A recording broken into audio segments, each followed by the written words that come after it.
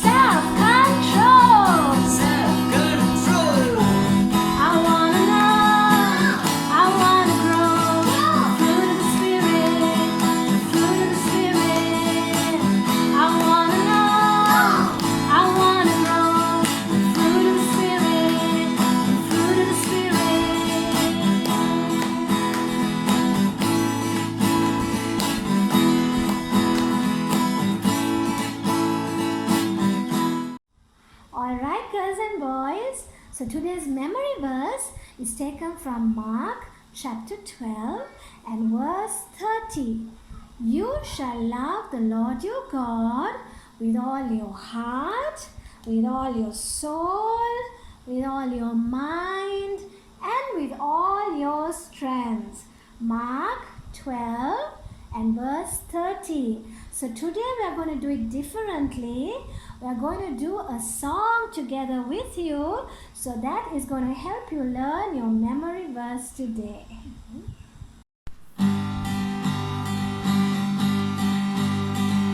Love the Lord your God with all your heart.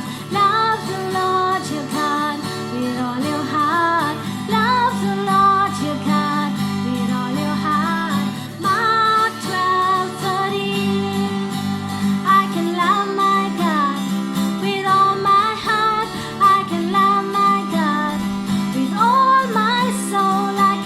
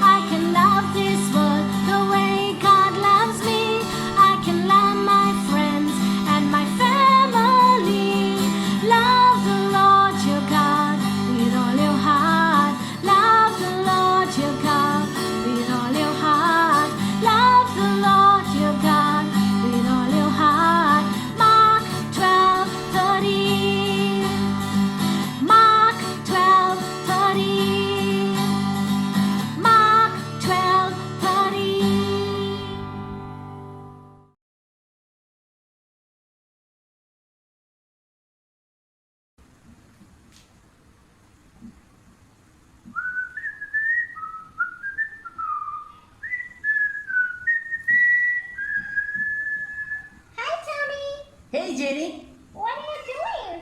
Nothing much. Just hanging around. Wanna play? Okay. Hey, Jenny. Yeah? Did you know that you got a button nose? What? Yeah, button nose. No way! A button nose. A button nose.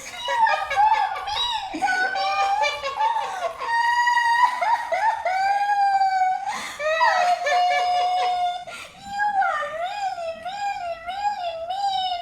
I don't want to play with you anymore. Mommy!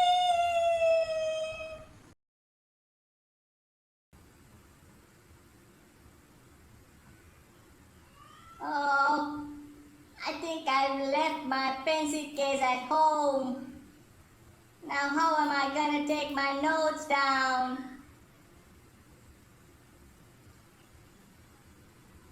Hey, Tommy. Hey, Jenny. What's wrong?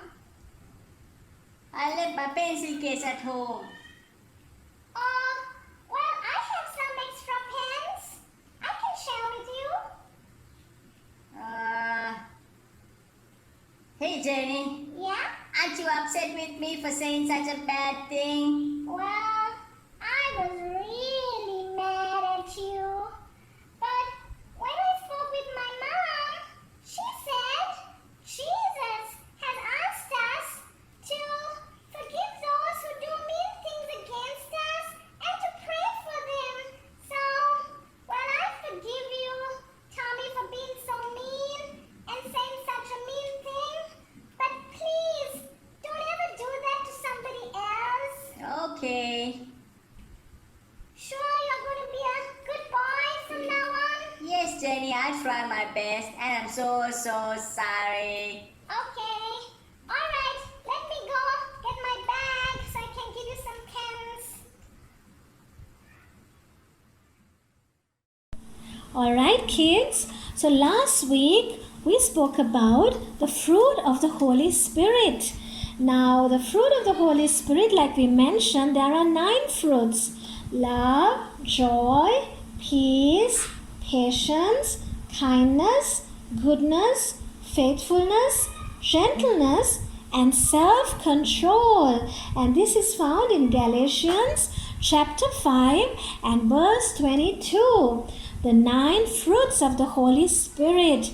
So today we are going to talk about a very special fruit called love. Now, don't we love to be loved, to be hugged, to be shown affection? Oh yeah, we all love to be loved. But sometimes there are things that happen in our hearts that make it a little difficult for us to receive God's love, or even for us to give love to others or show love to others. Now, Jesus said, "A new commandment I give to you, that you love one another as I have loved you.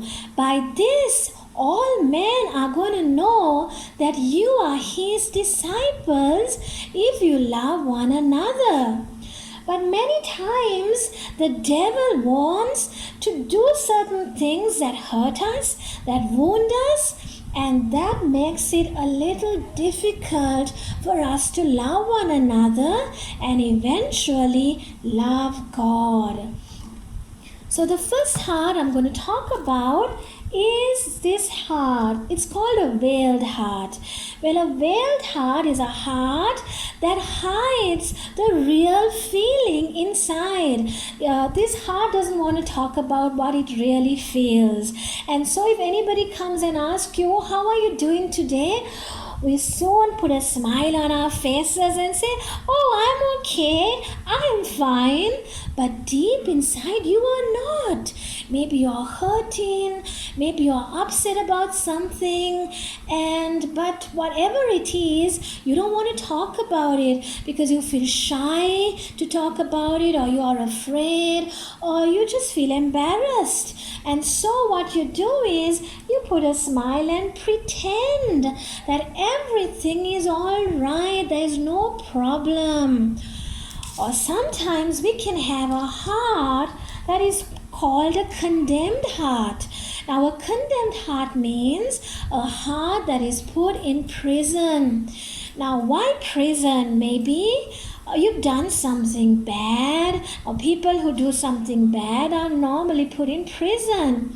And so sometimes the devil can put you in a prison by condemning you, by accusing you, by putting guilt on you, maybe for something that you've done in the past and you've asked forgiveness for it and God has forgiven you, and the people that you wronged also have forgiven you, but the devil keeps coming back and reminding you of that very thing that you've done, and each time he reminds you, you feel so bad about it that you feel sad, you feel angry, you feel disappointed, and so you're constantly in a prison. Sometimes when we don't release forgiveness, that can also keep us in a prison, and that can separate us from relationships. It can keep us away from loving people and even receiving love.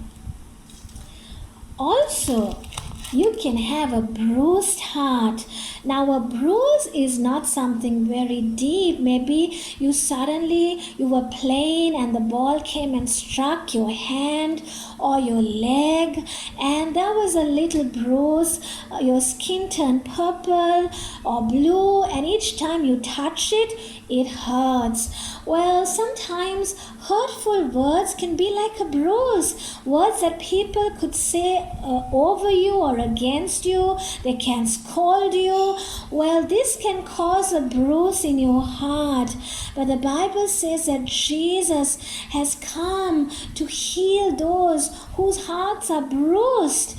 And so Jesus wants to heal that bruise. He wants to take away its pain, but maybe from the very words that hurt you, or each time you think about those words, it causes pain. But Jesus wants to heal your heart.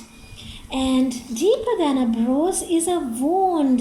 Now, when you get a wound on your hand or on your leg, a wound is something that has to be treated. Now, if you don't treat a wound properly, that wound can get infected.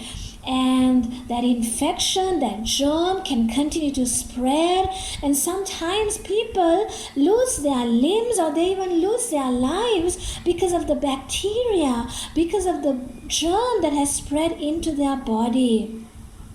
And so sometimes things can happen in our lives that wound us.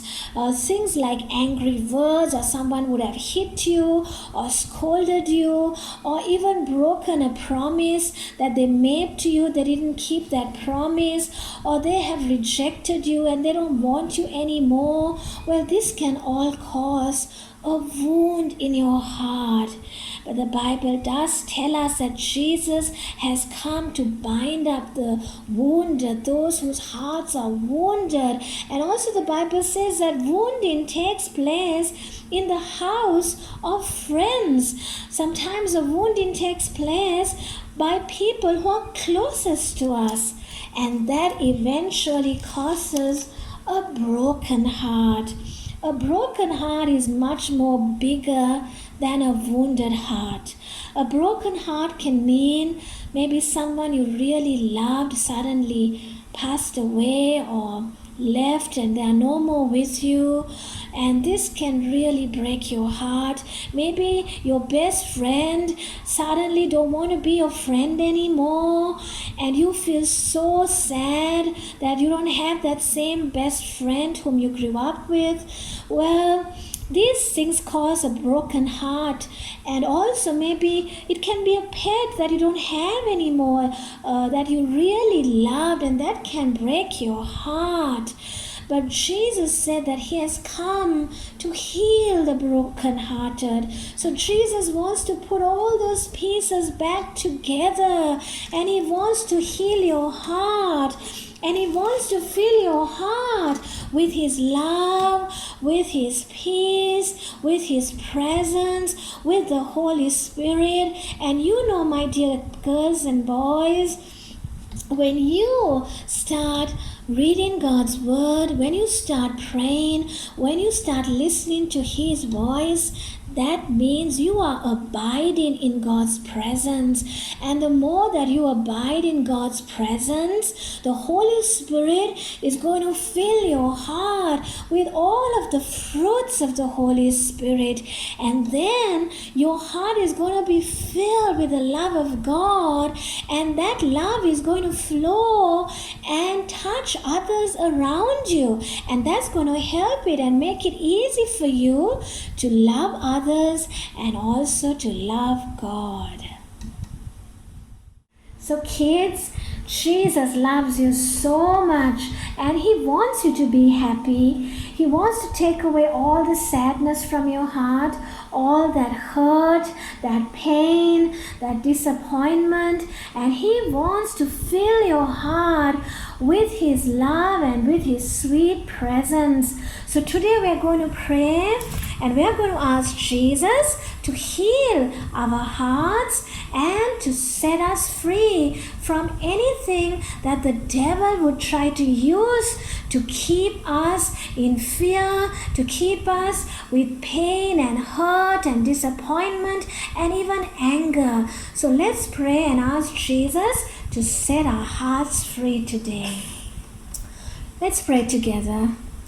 Thank you, Jesus. Thank you, Jesus, That your word says that your word says that you have come that you have come to heal the brokenhearted. to heal the broken-hearted. Today, Today, I ask you, Jesus, I ask you, Jesus, to fill my heart to fill my heart with your presence. with your presence. Take away Take away all the hurt, all the hurt, all the fear, all the fear, the shame, the shame, the pain, the pain, the rejection, the rejection, the hurt, the hurt, even the unforgiveness even the unforgiveness from my heart. from my heart.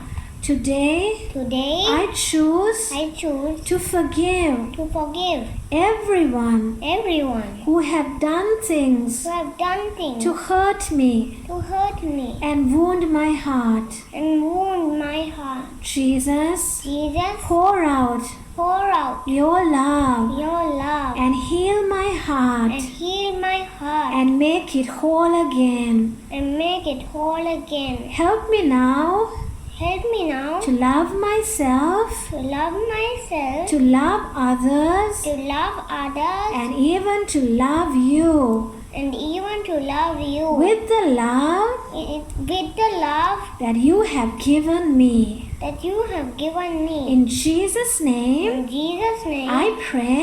I pray. Amen. Amen. Okay, kids. So now we have come to the end of our program.